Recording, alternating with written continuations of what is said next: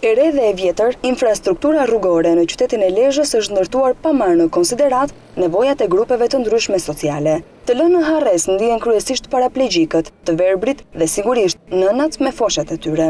Në segmentet rrugore, përbrit të cilave ndodhen trotuaret apo ndërpriten nga akset e tjera, lëvizja e paraplegjikëve është e pamundur dhe mundësia e tyre vetëm është rruga, që sigurisht përbën rrezik për aksidente të mundshme.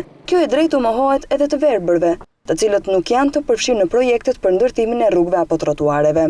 Megjithse krijimi i mundësive të lëvizjes është një e drejtë e përcaktuar me ligj, hartuesit dhe zbatuesit e projekteve infrastrukturore në Lezhë anashkalojnë këto grupe sociale. Kjo është shumë e nevojshme, e duhet ishte bën bile, edhe deri tash edhe këto ndërtimet e vjetra që janë bën, se duhet, kjo është diçka që është e nevojshme për njerëzit që janë të verbër, edhe për njerëzit që janë të paralizuar, që shkojnë me karro, nuk kanë mundësi me kalu ndryshej.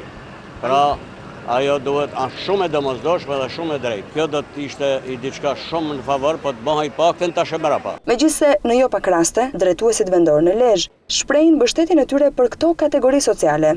Fakti tregon të kundërtën e asaj që duhet të ndodhë realisht.